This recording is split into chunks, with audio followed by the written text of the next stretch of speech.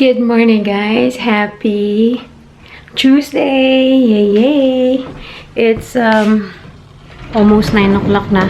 11 o'clock pa yung class namin, pero papasok kami ng maaga. Usually, pag Tuesday, pumapasok kami maaga to, do our, yung isa namin subject na asynchronous, which is organizational behavior. Pero, since wala kaming due for this week, at meron kaming project sa statistics na actually due na sa Monday, hindi pa namin nasisimulan. So, yun ang gagawin namin. Magkakagroup kami, ako, si Sheena, tsaka si Chris. Kaya sabi namin, papasok kami na maaga para masimulan na namin yung project.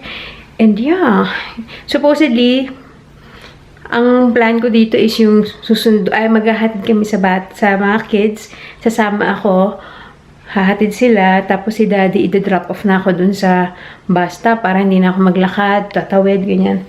Pero since hindi kakayanin ng time kanina na makasabay ako sa kanila kasi nag-aayos pa ako and everything, ay mauna na kayo.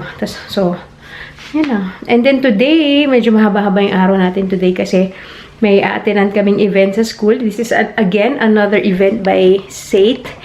It's a collaboration between SAIT International Center and the SAIT Student Association. So, meron silang parang, ang tawag nila is, the name of the event is Friendsgiving. Kasi Thanksgiving dito sa Monday, so walang school. They celebrate Thanksgiving differently compared sa US. Iba yung date nila ng Thanksgiving. Sa US is sa November, if I'm not mistaken. So, yeah. In-explain kahapon ng prof ko, hindi ko masyado inintindi kung bakit. Pero, yun. I think it's because of the weather here. Yung harvest season. I think dun yun. It's all about the harvest season, yung pagka-Thanksgiving. So, since magwi-winter na kami, hindi doon yung harvest season. It's around this time. So, yun. Tapos may parang pa-Thanksgiving si SAIT. Yun nga, yung parang isa project ng SAIT International and SAIT Student Association. Meron silang pakain. Pero yun nga, nag-send sila ng email niyan and you have to register. So, syempre, fastest fingers first. Hindi naman kaya ng buong school is i-accommodate. So, I think mga 40 lang. 40 lang in 40 spots lang ang open. So, kami, nung in-announce yun, tapos sinabi na ganitong date ang registration, nag-alarm talaga kami para lahat makaregister. Kasi paunahan niya, pabilisan. So, yun. Nag-register kami doon. And it's 4 o'clock to 8 o'clock, guys. So, ang aga natin papasok. Technically, ang pasok ko is 11 to 1. Tapos yun, mag-stay kami ng 3 hours to do more of the project. Kakain din, syempre, ng lunch, ganyan. And then, yun, 4 to 8 yung event. So, gagabihin tayo today. And usually ngayon, sunset is around 7+. So, yeah. And the weather for the past few days is very, erratic. Kasi, like, kahapon pumasok ako, ang pasukan ko is 8 o'clock. So, umalis ako ng bahay ng mga before 7. Grabe, ang foggy-foggy. Ang nasa weather is nakalagay 1 degree, pero it feels like -1 degree or -1 degree kasi because of the wind. So, ang lamig-lamig kahapon. Tapos, pagdating ng mga lunchtime or mga bandang 2 o'clock, ang init naman. I mean, malamig pa rin yung hangin. Nasa bandang 12-13 degrees. Malamig pa rin yung hangin, pero yung suot namin is masyadong makapal for that kind of weather. So, kahapon naka-turtleneck ako. Wala akong pangloob. Hindi ako nag-heat-tech. Naka-knitted lang ako na turtleneck tsaka long sleeve, syempre. So, meron kaming marketing project kasi kahapon where we have to find a business na we need to make a study on. So, yung mga ka-team ko sa marketing, umalis kami ng school, tapos naglakad kami dun around Kensington to find a business, kung ano yung business na gagawa namin ng parang case study. So, yun, umalis kami, tapos grabe. Ang init-init na suot ko, naglalakad kami. Hindi ko naman mahubad kasi wala akong panloob. So, today, I'm just wearing very, very,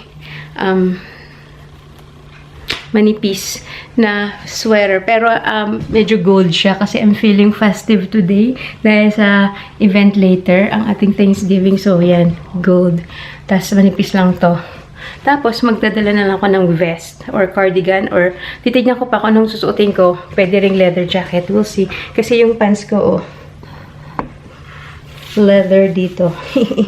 Galing niya sa, di ba, Goodwill. Napakita ko yata to. Napakita ka ba to?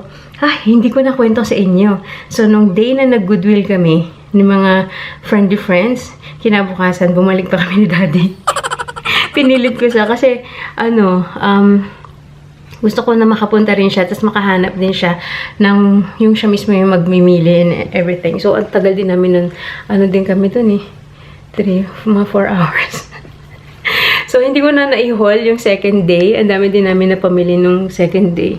So, anyway, tara na guys. Malilate na ako. Hindi naman malilate. Pero, yeah, they're waiting for me.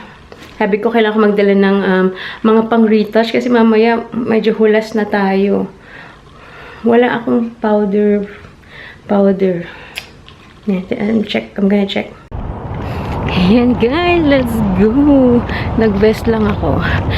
It's kind of cold. Sabi sa forecast, it's 6 degrees but feels like 4.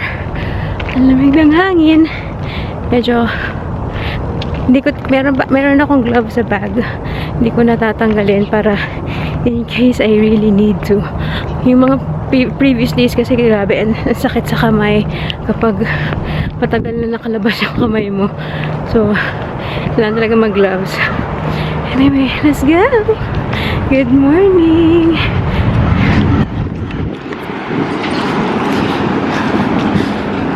That's our view.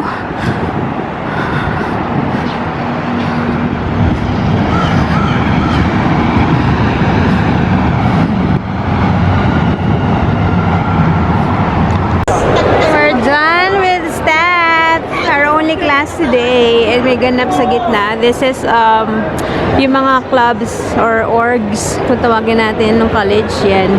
Meron silang mga booth and mag-sign up ka if you want.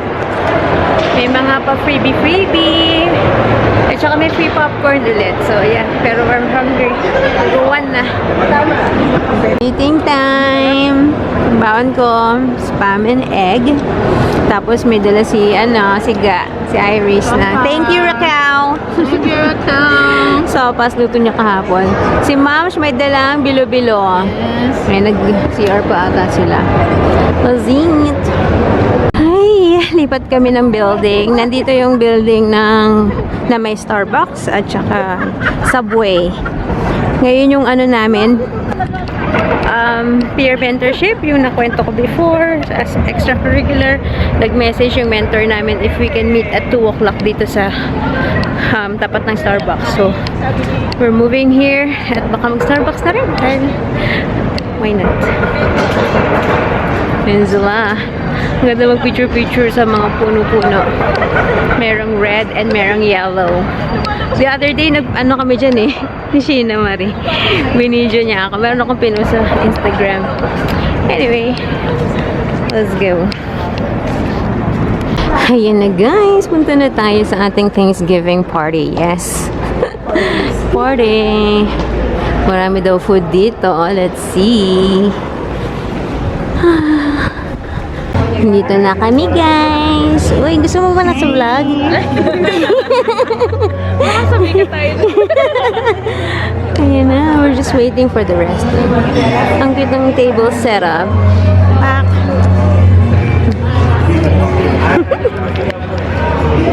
Hey! I have a new friend. Lala? Lay. Ha? Lay? Pero Lala? Andali lang. Meron tayong candy corner. Dala mo ba yung gusto mo?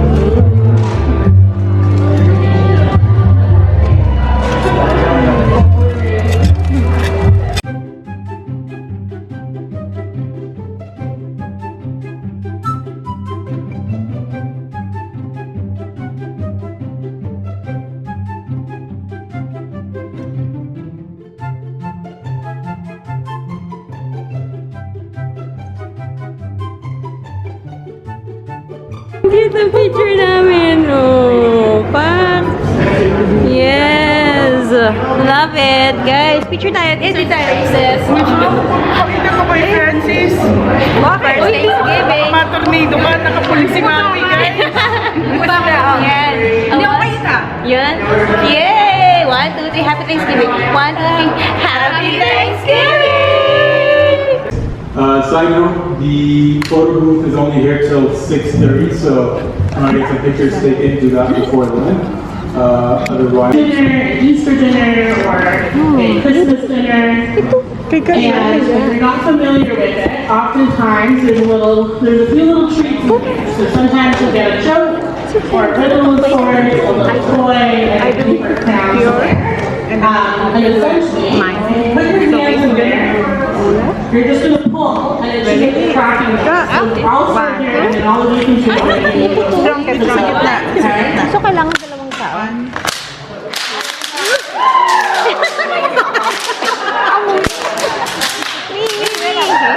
No! Ay! Akala ko may something inside. $5. Paano ginagawa? Ah, meron nga! Why do turkeys always gobble? Because they never learn good table manners.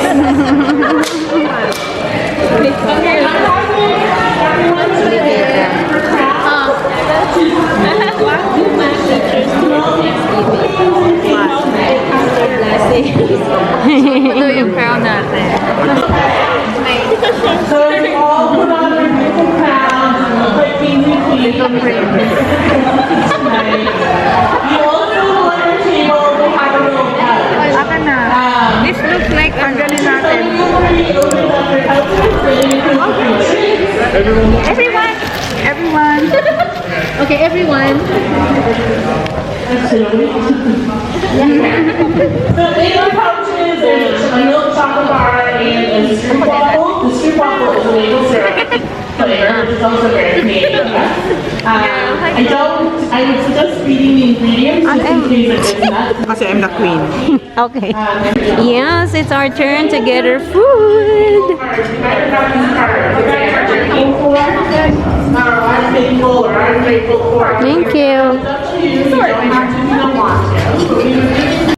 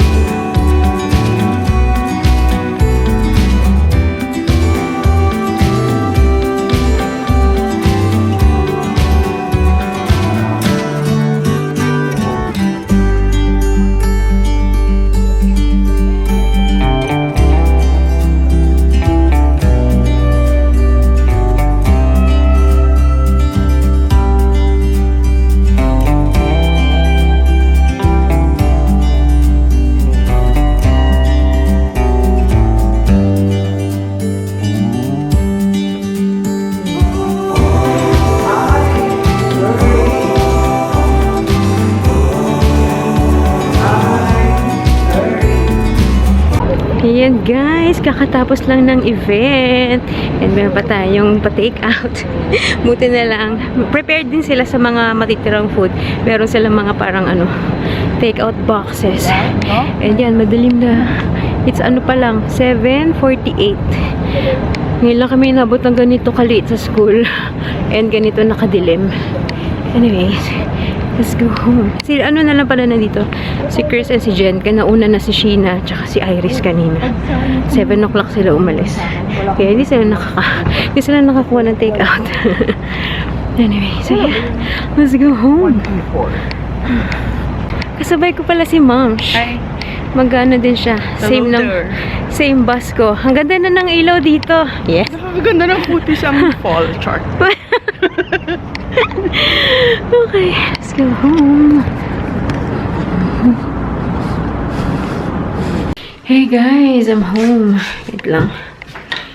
Ano na? It's 9:10. Kanina pa ako, pero syempre, pagdating ko, kailangan ko yung mga pasalubong ko sa kanila. Ano, diba may take-out nga ako. Okay, ito nga pala yun. Pero busog na rin si daddy. Hindi niya na kaya kumain. Tapos, si Zach, tinikman niya. Nagustuhan niya. Sabi niya, can I have that for my school food tomorrow? So, yun. Pero, no rice daw. Nakakakain na sila ng ano, kahit na, I mean, minsan gusto nila na ulam lang, walang rice. Very Western. Anyways, may exam kami bukas. Accounting. Again, for the past 3 weeks na kami ha. Laging may exam. Yung exam namin last week was, it was a Monday. 45 items. I got 42. A+ pa rin siya. Hindi pa namin nakikita. Bukas, I think bukas namin i-discuss yung ano, kung ano yung mga naging mali namin. Yun yung maganda dun sa prof namin. Pinapakita niya kung saan kami nagkamali. Para alam namin. So, feeling ko sa multiple choice. Feeling ko sa multiple choice ako nagkamali. Kasi minsan nakakalito na parang pare-pareho sila ng pwede. But yeah, so bagong topic na naman yung exam natin for tomorrow. And I need to practice. Kasi, yeah, our topic or our exam tomorrow is about bank reconciliation. So, first time ko siyang, I think first time, kasi nung accounting ko ng college, hindi ko siya maatanda. Pero siguro ginawa namin, pero wala na akong memory. Wala na akong memory nun. Pero yun. So, yung mga assignment namin, maganda kasi yung mga assignment namin is parang practice na din. Ang ano lang, mahirap lang. Parang sa bank recon, iba-iba ng format. Minsan, kailangan mo i-analyze ng matindi bago mo makuha yung tamang amount. So, yun yung challenging. Kaya, I need to practice one more time. Kanina, nung naghihintay kami for the event, yun, nandun kami kanina, nagpa-practice kami ni Chris, kasi nga kami ni Chris yung magkaklase. Tapos, ang exam namin, or ang quiz namin bukas is 30 minutes lang eh. So, yung practice exam na ginawa nung prof namin, may timer. So, 25 minutes na, hindi pa kami tapos ni Chris, nag-usap na kami. As in, practice lang naman yun. So, pwede kami mag-discuss. Parang, paano ba ito? Tapos, after, ang ano din, maganda din, yung practice niya, meron ding solution. So, nung gumib up na kami, hindi namin ma-figure out bakit. Ayun, tinignan namin yung solution. Tapos, tsaka namin naintindihan, so, dahil may ganun pa tayong moment, hindi pa tayo super 100% confident, kailangan pa natin mag-aral at mag-practice. And by the way, I'm so excited because it's picture day. Picture day is coming October 13, Friday. Ito na bang Friday yun? No, next week pa. Oo. Walang pasok this coming Friday. Kasi merong parang yung, kumbaga parang teachers.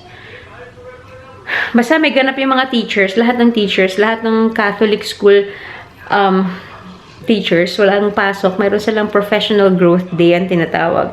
So, tapos Monday is Thanksgiving, walang pasok. So, long weekend yung mga kids. So, yeah.